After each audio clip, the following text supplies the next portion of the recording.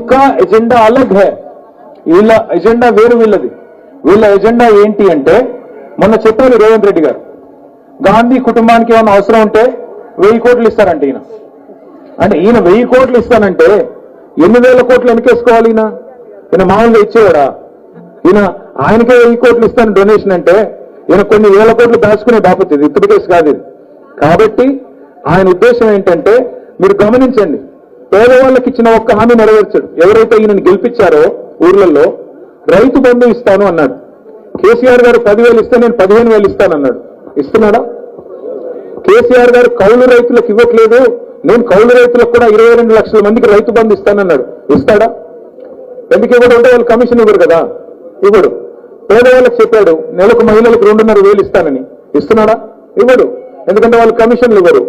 మరి మూసీ మీద ఎందుకు పడ్డాడు? ఒక్కటే కారణం, 1,50,000 కోట్లకి దీని ఎస్టిమేట్లు పెంచి ఇందులో డబ్బులు దండుకుని రియల్ ఎస్టేట్ పేరిట భూములు గుంజుకుని మీ మొత్తం బిల్డింగ్లన్నీ పడగొట్టి ఇక్కడ గాంధీ గారి విగ్రహం పెడతారంట. గాంధీ గారి విగ్రహం పెడతారంట. నేను ఒకటి అడుగుతాను, అక్కడ అంబేద్కర్ గారి విగ్రహం కేసీఆర్ గారు 146 కోట్లతో పెట్టారు. సెక్రటేరియట్ పక్కన హైదరాబాద్ సెంటర్ లో ఓన్లీ 146 crores. ఇక మా ప్రశాంత్ రెడ్డి గారు ఇక్కడే ఉన్నారు. ప్రశాంత్ రెడ్డి గారు అప్పుడు R&D మినిస్టర్, ఆయన కట్టించారు. ప్రశాంత్ రెడ్డి గారు ఆ రోజు 146 crores తో అంత పెద్ద 125 feet స్టాచ్యూ ఉన్న అంబేద్కర్ గారి విగ్రహం పెడితే మేము ఒక్క ఇల్లు పడగొట్టలేదు. ఈరోజు ఆ విగ్రహానికి ఏమో మొత్తం తలుపులేసి బందీ పెట్టి తాళం వేసి అక్కడికేమో ఎవరిని పోనివ్వట్లేదు. ఈయనకంటే పెద్దవాళ్ళంటే ప్రేమ ఉందంట. అంబేద్కర్ గారిని గౌరవించినోడు గాంధీ గారిని గౌరవిస్తాడా? అంబేద్కర్ గారి విగ్రహానికి బందీ చేసినోడు ఇక్కడ మీ అపార్ట్మెంట్లు పడగొట్టి గాంధీ గారి విగ్రహం పెడితే ఆయన మంచోడైపోతాడా? ఇంకోటి, మేము 150 కోట్లతో విగ్రహం పెట్టగలిగినప్పుడు 5,000 కోట్లు ఎందుకు అవసరం పడుతుంది? నీకు బంగారు విగ్రహం పెడుతున్నావా? అంటే మనకు తులం బంగారం ఇస్తాన్నాడు కదా, ఆ తులాలన్నీ ఇక్కడ గాంధీ గారి బొమ్మలో పెడతాడు ఏందో మరి నాకే తెలియదు. 5,000 కోట్లు ఎందుకు?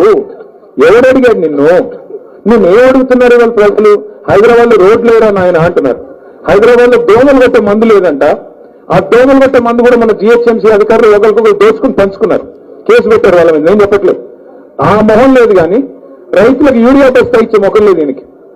ఈయనంట 1,50,000 కోట్లు కట్టి వెనకాల చెప్పారు. వెనకాల నుంచి అమ్మాయి మొన్న నేను చూసిన వీడియోలో మాట్లాడింది, మింగ మెతుకులేదు కానీ మీసాలకు సంపంగి నూనె పెట్టాడంటే వాడు వెనకాల. ఒకవైపు ఏమో అప్పులైపోయి అంటాడు, ఒకవైపు కేసీఆర్ గారు నాకు చిప్పిచ్చిపోయారంటాడు, ఒకవైపు ఏమో లంకె బిల్లులు లేవంటాడు, ఒకవైపు ఏమో ఢిల్లీకి పోతే నేను చెప్పులు ఎత్తుకుపోయేటోళ్ళగా చూస్తున్నారంటారు. మరి దొంగలాగానే చూస్తారు కదా, ఇంకేట చూస్తారు.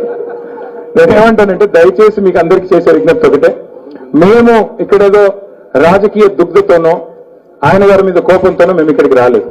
We have come to explain to you that there is a model of development which can develop Musi also without destroying and without disturbing one house. ఒక్క ఇల్లు పడగొట్టకుండా మూసీని డెవలప్ చేసే అవకాశం మనకుంది. ఆ మోడల్ మేము మీకు చూపెడతాం. I will demonstrate it to you, I will show it to you because we already have the plans. దానికి ఏ ఇల్లు పడగొట్టాల్సిన అవసరం లేదు. మీకు ఎగ్జాంపుల్ నేను చెప్తాను. హుస్సేన్ సాగర్ ఎప్పుడన్నా ఓవర్ఫ్లో అయితే కిందికి అశోక్ నగర్ నాలా నుంచి నీళ్లు వచ్చి మూసీలో కలుస్తాయి. ఆ అశోక్ నగర్ నాలాని అశోక్ నగర్ సర్ప్లస్ నాలా అంటారు.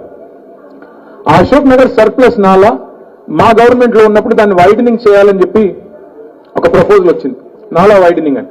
కానీ నాలా వైడన్ చేస్తే మరి 450 houses పోతున్నాయి. ఆ రోజు మా ఎమ్మెల్యే గారు, అక్కడ ముషీరాబాద్ ఎమ్మెల్యే గారు ముఠా గోపాల్ గారు నా దగ్గరకు వచ్చారు. వచ్చి సార్ ఇక్కడ 450 houses పోతున్నాయి, మనం దీన్ని కాపాడాలి, అందరూ పేదవాళ్ళు, అందరూ కూడా మిడిల్ క్లాస్ అండ్ పేదవాళ్ళు, దయచేసి కాపాడాలి అన్నారు. You know what we did? We did not widen indiscriminately. We deepened the nala. We made sure that the retaining walls had been raised in such a way. Even Sabarmati, that this chief minister keeps quoting. Sabarmati గురించి చెప్తా ఉంటాడు ఈయన, సాబర్మతి చేసుకోలేదా గుజరాత్ వాళ్ళు, మనం చేసుకోకూడదా అని. సాబర్మతిలో కూడా ఏం చేశారు? కావాలంటే మీరు ఒక మధు పార్క్ బ్రిడ్జ్ వాళ్ళకు 10 మంది వస్తానంటే నేను తీసుకెళ్తాను మీకు సాబర్మతికి. అక్కడ ఏం చేశారు? 2 వైపులా రిటైనింగ్ వాల్ లేపారు. అక్కడ ఎవరిని కూల్చలేదు, బయటికి తరమేయలేదు. 2 వైపులా రిటైనింగ్ వాల్ లేపి అవసరమైతే రివర్ బెడ్ డీపెన్ చేసి నీళ్లు సాఫీగా పోవడానికి చేశారు. ఇవాళ మొత్తం రేవంత్ రెడ్డి గారికి మేము వడ్డిచ్చిన విస్తర్ లాంటి రాష్ట్రాన్ని అప్పజెప్పిపోయాం. 3,866 కోట్లతో STPలు మేమే నిర్మాణం చేశాం. గండిపేటలో నీళ్లు రావాలి, గోదావరి నీళ్లు, ఎందుకంటే ఫ్రెష్ వాటర్ ఇంజెక్ట్ చేయాలి మూసీలో కంటే గండిపేటలో చేయాలి. ఆ గండిపేటలో నీళ్లు తేవడానికి గోదావరి నుంచి కాళేశ్వరం ప్రాజెక్టు ద్వారా నీళ్లు తీసుకొచ్చి హైదరాబాద్ నెత్తి మీద కుండ పెట్టినట్టు కొండపోచమ్మ సాగర్ అని ఉంటుంది ఒక రిజర్వాయర్, 15 TMC రిజర్వాయర్. 15 TMC అంటే మీకు ఐడియా కోసం చెప్తున్నా. హుస్సేన్ సాగర్ ఇస్ 1 TMC, అంటే 15 హుస్సేన్ సాగర్లతో సమానం. అలాంటి రిజర్వాయర్ హైదరాబాద్ నెత్తి మీద కుండ పెట్టినట్టు. హైదరాబాద్ ఇప్పుడు మనం ఉన్న ప్లేస్ ఏదైతే ఉందో we 535 meters above sea level, but Kondapochamma Sagar is at 620 meters.